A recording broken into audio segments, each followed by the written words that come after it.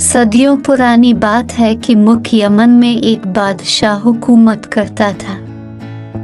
वो बहुत इंसाफ पसंद और रहमदिल था। मुल्क में हर तरफ अमन व अमान था। एक दिन से बैठे बिठाए ख्याल आया कि रियाया की खबर लेनी चाहिए। उसने ऐलान करवाया कि बादशाह को कोई ऐसी कहानी सुनाए जो उसने कभी ना सुनी हो। जो ऐसी कहानी सुनाएगा उसे सोने का हाथी इनाम में दिया जाएगा। मुल्क में ऐलान होते ही लोग जौक दर जौक बादशाह को कहानी सुनाने की गरज से आने लगे। वो बड़ी मज़े की कहानियाँ सुनाते। बादशाह सलामत कहते, मैंने ये कहानी पहले सुनी हुई है। लोग थक हार कर लूट जाते।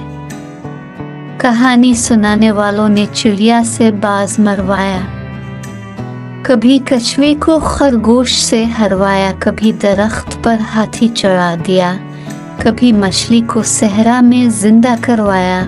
दिन को उल्लू और चमगादड़ की कहानियां सुनाएं। लेकिन बादशाह सलामत हर एक को कहते, मैंने ये कहानी सुनी हुई है। आहिस्ता आहिस्ता लोग कम होने लगे। यमन के एक गांव में असलान नामी नौजवान रहता था। उसने तमाम बातें सुनी और एक नई कहानी लेकर बादशाह के दरमियान में पहुंच गया। हाँ भाई जवान, अब क्या कोई नई कहानी लेकर आए हो? बादशाह ने पूछा।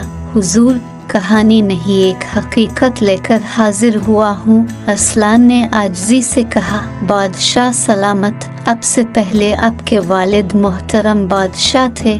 इनसे पहले आपके दादा हुजूर भी बहुत अजीम अलशान सल्तनत के मालिक थे। आपके दादा हुजूर ने आपके वालिद मोहतरम की शादी पर सोने चांदी के बर्तनों में खाना दिया, जिस तरह आपके वालिद और दादा बादशाह थे। इसी तरह मेरे वालिद मोहतरम और दादा हुजूर बहुत बड़े ताजिर थे। आपके दादा ने मेरे दादा से कुछ बर्तन उधार लिए थे, जिनमें सोने की 7 देगे, परात, प्लेटें, चमचे और दूसरे बर्तन थे। शादी के बाद आपके दादा बर्तन वापस करना भूल गए। आजकल हमारे हालात भी कुछ बेहतर नहीं हैं, वरना अब से बर्तन ना मांगता है। शायद आपके वालिद मोहतरम दादा हुजूर ने आपको बताया हो।